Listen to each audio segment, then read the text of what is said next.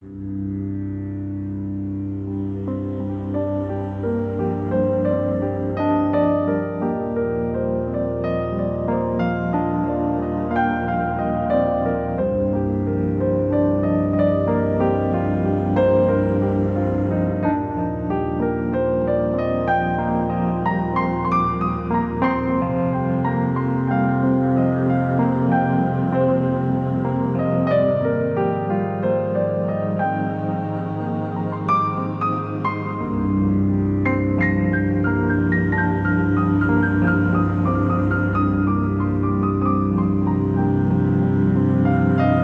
is the Manzanar Internment Camp, or what's left of it, here on the Eastern Sierra on Highway 395.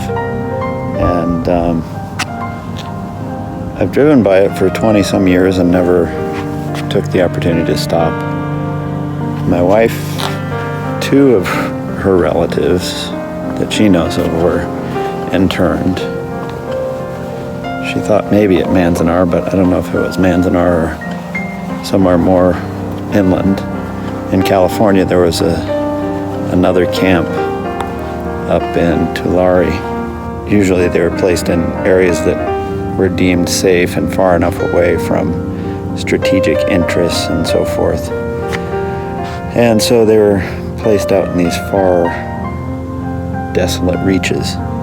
I had a client who was interned here, and I was remodeling their kitchen. He would sit and read the paper all day. He was an older gentleman. One day, one of the subcontractors accidentally turned off the electricity. Came storming out of his room furious. Who turned off the electricity? Who turned that off? Don't ever do that again. His wife came in a few minutes later to apologize and told me that that behavior came about from his internment, because every night without notice they would shut off the lights. You'd be plunged into darkness. The simplicities of life being dictated to you by others can be extraordinarily upsetting.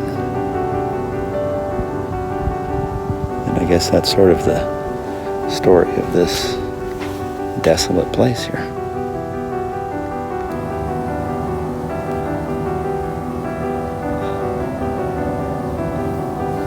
Did you have relatives who were interned?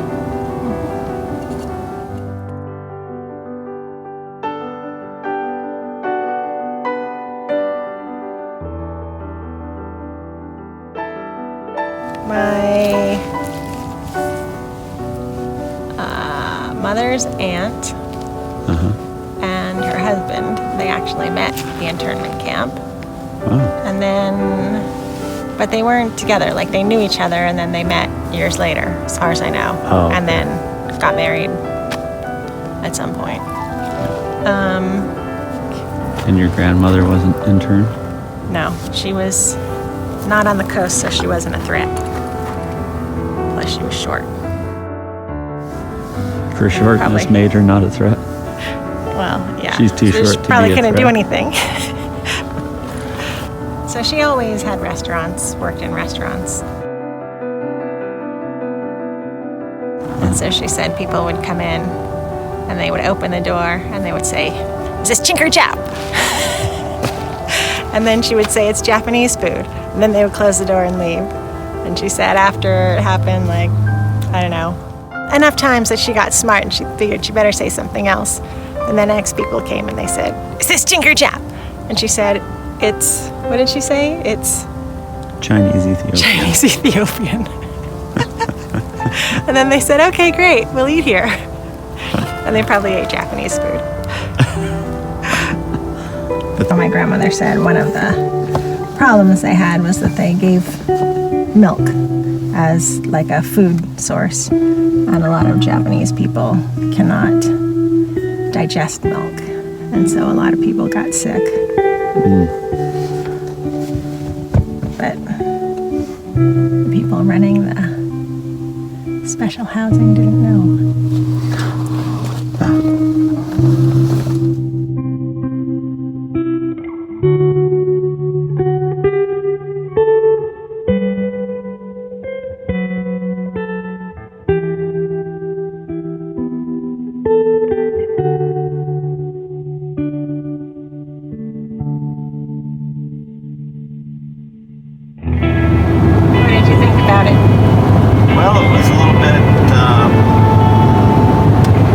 surprised at my internal reaction that I did not show you.